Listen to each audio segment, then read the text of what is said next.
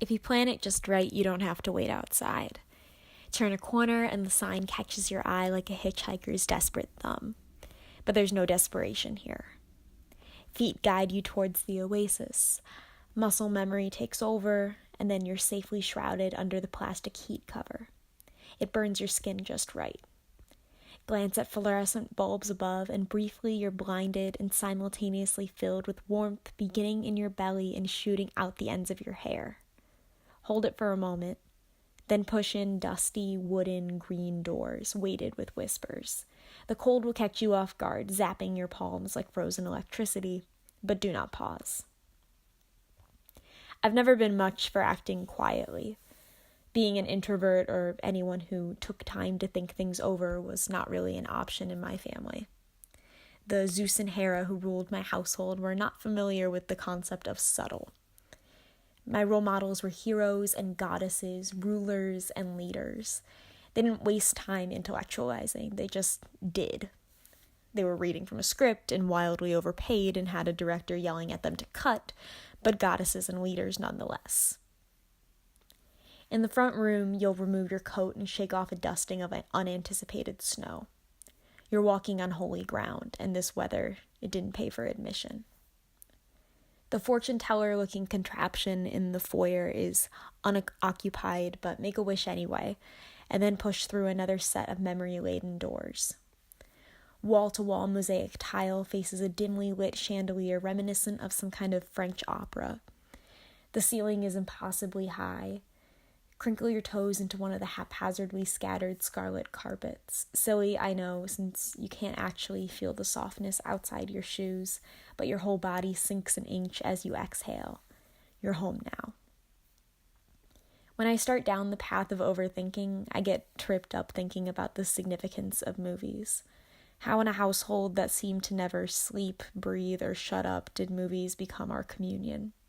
We worshipped at the altar of Steven Spielberg and sang the hymns of John Hughes. Movies were celebration. Movies were despair. Movies were a brief divergence from reality. Blink twice, then 3 times. Give your eyes some time to readjust to the orange glow. It hums like a sweet siren. It only takes a moment, but allow the haze to wrap around you like a baby swaddle until you're one and the same. Catch your breath. Inhale first the gritty smell. It's old, but a kind sort of old, like the wrinkles on a grandmother's face. One scent you can place, however, is the uncontrollable, indistinguishable scent of newly popped popcorn. Feel it wiggle into your pores and burrow into your face, like robins heralding the commencement of spring. This confirms you're where you belong. You're home for the holiday. On the walls, there are thick, opaque curtains pretending to conceal surprises. But in this safe haven, there are no surprises. Like your favorite novel or that dancerific track from junior high, it is suspended in time. Nothing changes. Time didn't pay for admission either. It's not that reality wasn't great. If not great, it was at least entertaining. Not Jack about to hack Wendy into pieces entertaining, but entertaining. It's always cool in here. The air conditioning maintains a steady rumbling through both July and December. There's something to be said for consistency. Nothing ever changes. Walking forward through familiar scents, past familiar portraits, and then out of the glow of a familiar light fixture into an abrupt darkness, perhaps the darkest room you've ever been in, save for the ceiling. Another impossibly tall ceiling. The dust smell hits you again, tinged with an anticipation you can taste on your tongue. There's a scent of sadness, too, a heavy Afghan of grief upholding the gravity of this room. I'm not saying I'm one of those cliche kinds of girls who would sit in movie houses sipping Cokes and dreaming of some alternative lifestyle. First of all, I don't like Coke, and second, I've seen life from 2 sides, and neither of which look like any film I've ever seen. Exhibit A, growing up in a trailer park isn't as traumatic as some might make it out to be. And Exhibit B, getting the Cinderella tale isn't all daisies and pastel pinks. So glide through the sanctuary despite the stickiness of the floor, a floor that hasn't been properly cleaned in your lifetime, and you know your mother would have a coup if she caught a glimpse of what it looks like.